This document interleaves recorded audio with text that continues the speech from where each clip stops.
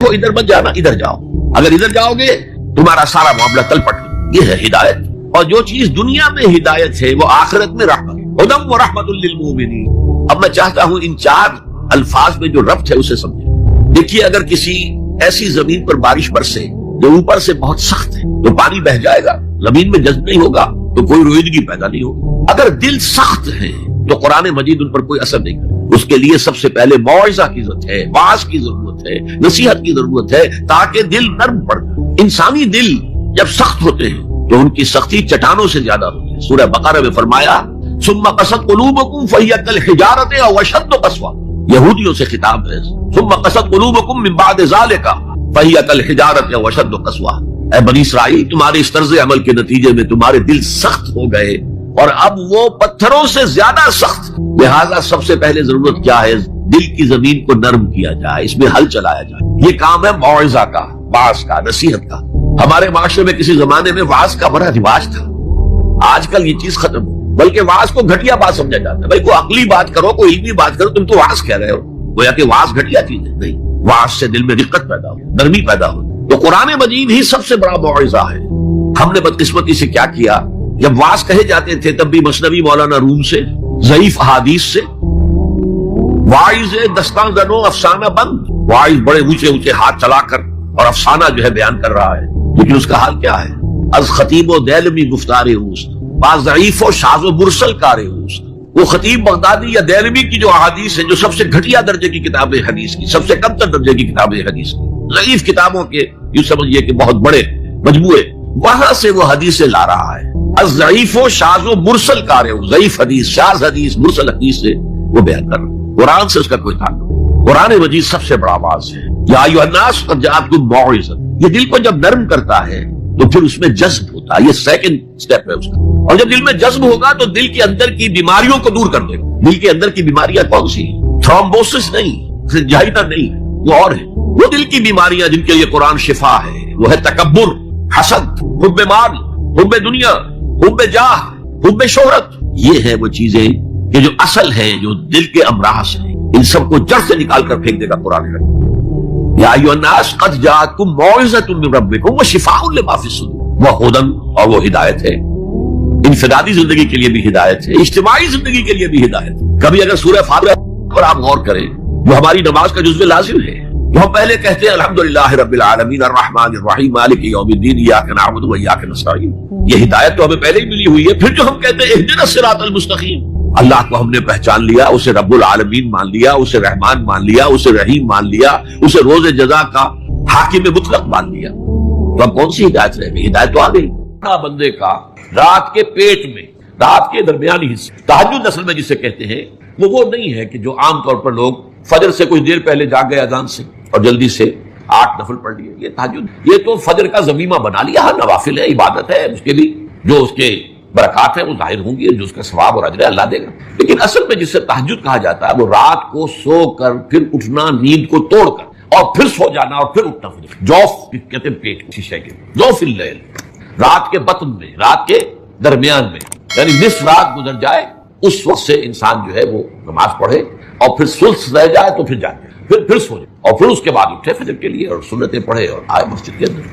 تو یہاں آپ نے فرمایا وصلاۃ الرجل فی جوف اللیل، اور اپنے اس قول کے لیے حضور نے آیتیں تلاوت فرمائی، وہی دو آیتیں۔ یہاں یہ سورہ سجدہ کی آیت نمبر 16 اور 17 ہیں۔ تتجافی جنوبہم عن المضاجع، اللہ تعالیٰ اپنے خاص محبوب بندوں کی یہ صفات بیان کر رہا ہے کہ ان کے پہلو اپنے بستروں سے علیحدہ رہتے، رات کے وقت جاگتے، بستر پر لیٹیں گے تو سو جائیں گے۔ تتجافی جنوبہم عن المضاجع یدعون ربہم خوفا وطمعا، وہ اس وقت اپنے رب کو پکارتے ہیں، دعائیں کرتے ہیں، خوف کے ساتھ بھی، اس کے مواخذے کا خوف، اس کے عذاب کا خوف، اس کی باز پرس کا خوف، اس کی ناراضی کا خوف، جہنم کا خوف، وطمعا، اور طمع کس کی؟ اللہ راضی، اللہ کے اجر و ثواب کی بھی طمع ہو۔ لیکن سب سے بڑی طمع کیا ہے؟ اللہ مجھ سے، اس لیے سب سے اونچا مقام یہی ہے، رضی اللہ عنہم ورضوا عنہ، اللہ ان سے راضی ہو گیا، ہوا اللہ سے راضی ہو۔ یہ باہمی رضا ہے، بندہ اپنے رب سے راضی رہے، وہ ہے کہ تسلیم و رضا جو بھی دنیا میں آ رہا ہے اس پر شکوہ، اللہ کا شکوہ زبان پر جو بھی آ رہا ہے یہ میرے رب کی طرف سے، وہ میرا مولا ہے، آقا ہے، دوست ہے، میرا خیر خواہ ہے، اسے معلوم ہے کہ اس شر کے پیچھے کون سا خیر آ رہا ہے، مجھے کیا پتا، مجھے تو شر نظر آ رہا ہے، خیر تو نظر نہیں آ رہا۔ اس لیے فرمایا گیا کہ ہو سکتا ہے عسیٰ ان تکرہوا شیئا وہو خیر لکم وعسیٰ ان تحبوا شیئا وہو شر لکم، واللہ یعلم وانتم لا تعلمون. ہو سکتا ہے تمہیں کوئی چیز بری لگے حالانکہ اسی میں تمہارا خیر ہو. عین ممکن ہے تمہیں کوئی چیز اچھی لگتی ہو حالانکہ اس میں تمہارے لیے شر ہے.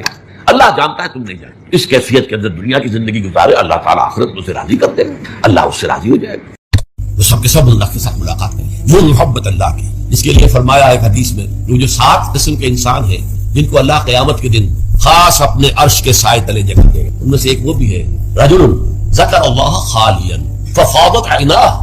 تخلیے میں, علیحدگی میں, خاموشی سے جب وہ بیٹھا ہوا تھا, اس نے اللہ کو یاد کیا اور اللہ کی محبت اور اللہ کی خشیت سے اس کی آنکھوں سے آنسو گئے. یہ اللہ کا ہجر ہے. یہ جو زندگی ہے یہ اللہ سے ہمارے ایک ہجر کا ذریعہ, پردہ پڑا ہوا ہے ہمارے اور رب کے درمیان, غیب کا پردہ پڑا ہوا. اسی لیے آپ نے دیکھا حضور پر کہ جب کیفیت تھی, اللہم فی الرفیق الاعلی, بس اب مجھے اس دنیا سے کوئی غرض نہیں ہے, رفیق اعلی اللہ تعالی, اللہم فی الرفیق الاعلی. اب تو بس یہ جو بھی, حالانکہ حضور کے لیے تو اس دنیاوی زندگی میں بھی حضوری ہی حضوری تھی.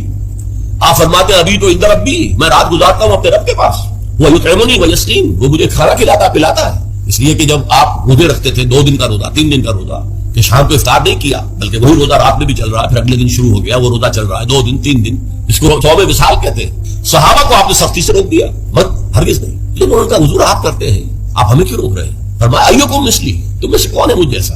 ابھی تو عند ربی, میں تو اپنے رب کے پاس رات گزارتا ہوں, وہ یطعمنی ویسقین, وہ مجھے کھانا کھلاتا ہے پلاتا ہے. اب وہ کیا کھانا ہے کیا پلانا ہے وہ اللہ جانے, اس کا رسول ہے, ہم تو اس کا تصور نہیں کر سکتے. یہ معاملہ جو ہے تو اللہ تعالیٰ کے ساتھ وہ محبت, وہ لگاؤ, وہ تعلق, تو اگرچہ زندگی میں بھی حضور کا اور اللہ کے درمیان کوئی حجاب نہیں تھا, جیسے حجاب ہمارے ویسا تو نہیں تھا نا, جو بھی باریک سا پردہ تھا وہ بھی اب دوبارہ نہیں. اللہم فی الرفیق الاعلی, اب تو اللہ تعالیٰ ہی سے بس, جو رفیق ہے بلند رفیق. اسی لیے کہا اقبال نے, نشان مرد مومن باتوں گویم جو مرد آئے تبسم بر لبے ہو. مرد مومن کی نشانی یہی ہے کہ جب موت آتا ہے اس کے چہرے پر تبسم. موت در حقیقت اپنے محبوب سے وصال کا دروازہ ہے, اپنے محبوب سے ملاقات کا دروازہ ہے. لہذا موت کے خوف کا کوئی سوال پیدا نہیں ہوتا. جو مر گیا تبسم بر لبے ہو.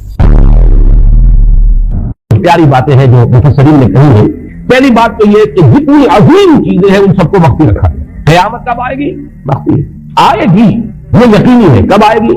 یہ تو امور میں سے ہے کہ جس کا علم نبی اکرم صلی اللہ علیہ وسلم کو بھی نہیں دیا گیا, جبرائیل کو بھی نہیں دیا. چنانچہ حدیث جبرائیل میں بعض الفاظ موجود ہیں, ومل مسئول عنہا بعالم من السائل, کچھ معلوم نہیں, نہ سائل کو معلوم نہ مسئول کو معلوم. قیامت کب آئے؟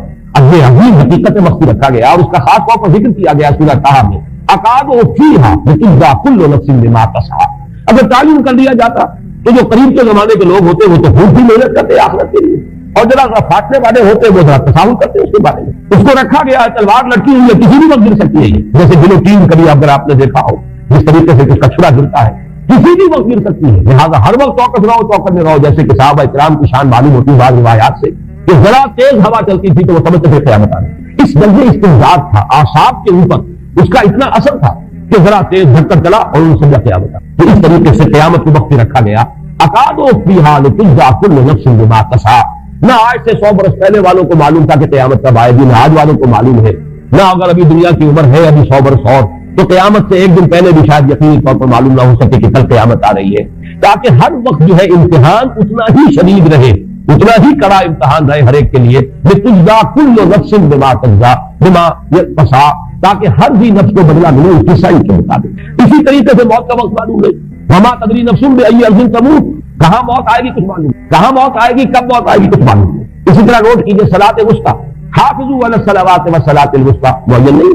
اس کے لیے آراء اگرچہ ہے, اکثر آراء جمع ہو گئی ہے صلاۃ العصر کے بارے میں, لیکن تعین سے حتمی طور پر نہیں کہہ سکتے. رائے بھی ہے کہ کوئی بھی معین نہیں, تمام نمازیں جو ہے وہ صلاۃ الوسطیٰ کے حکم میں. بہترین نماز, کوشش کرو کہ پوری محافظت کرو, صرف نماز کی نہیں, بہترین نماز. ہر نماز تمہاری بہترین نماز ہونی چاہیے. ہر روز روز عید ہو, ہر شب شب برات. اگر اللہ تعالیٰ کے ساتھ کوئی قلبی ربط ہے تو ہر دن جو گزر رہا ہے وہ روز عید ہے, اور ہر شب جو گزر رہی ہے وہ شب برات ہے. لیکن اگر وہ کہ انسان کو غفلت اس کے قلب پر طاری ہے تو وہ عید کا دن بھی اس کے لیے ایک عام دن ہے, اور شب برات بھی اس کے لیے ویسی ہی ایک رات ہے جیسے کہ ہر روز آتی ہے اور چلی جاتی ہے. اس اعتبار سے اس کو بھی خاص جو ہے معین نہیں کیا گیا صلاۃ وسطیٰ پڑھنے. اسی طرح بعض روایات میں جو آتا ہے اس میں اعظم اللہ کا ایک نام ایسا ہے کہ اس کے واسطے سے اللہ سے جو بات مانگی جائے وہ رد نہیں ہے, لیکن وہ کون سا نہیں بتایا گیا. اقوال ہیں, اندازے ہیں, حی و قیوم پر زیادہ, الحی و قیوم پر زیادہ لوگوں کا جو ہے وہ اجماع ہوا ہے, لیکن یہ کہ یقین سے نہیں کر سکتے. تو اسی لیے اس کو بھی نوٹ کر لیجیے کہ اس کو مخفی رکھا گیا ہے لیلۃ القدر کو, لوگ زیادہ سے زیادہ محنت کریں، زیادہ سے زیادہ مشقت کریں، اس کے لیے جو بھی اس کی قدر و منزلت سے کسی درجے میں آگاہ ہے، وہ اگر معین ہی ہو جاتا کہ ایک شب یہ ہے تو پھر تو سب کے سب اس رات میں محنت کر لیتے، باقی راتیں جو ہے وہ پھر سولی اور ویران گزرتی، لیکن یہ کہ مطلوب یہ ہے کہ زیادہ سے زیادہ راتیں آباد ہوں، زیادہ سے زیادہ راتوں میں ذکر ہو، عبادت ہو، دعا ہو، اس لیے اس کو مخفی رکھا گیا۔ یہ حکمت ہے۔ اس میں بھی ایک عجیب نکتہ ہے جو امام راضی رحمۃ اللہ علیہ نے بیان کیا ہے، اور حوالہ اگرچہ نہیں دیا اس حدیث کا، لیکن ایک روایت کے حوالے سے بات بیان کی ہے کہ اس کے ظاہر نہ کرنے میں بھی اللہ کی ایک شفقت اور رحمت ہے بندوں کے حق میں، اس لیے کہ اس کی قدر جتنی زیادہ ہے اتنی ہی اس کی ناقدری پر سزا ہوگی۔ اگر معلوم ہو کہ یہ شب ہے، اس کی ناقدری کو انسان کرے تو گویا کہ وہ اتنا ہی زیادہ مورد عقاب اور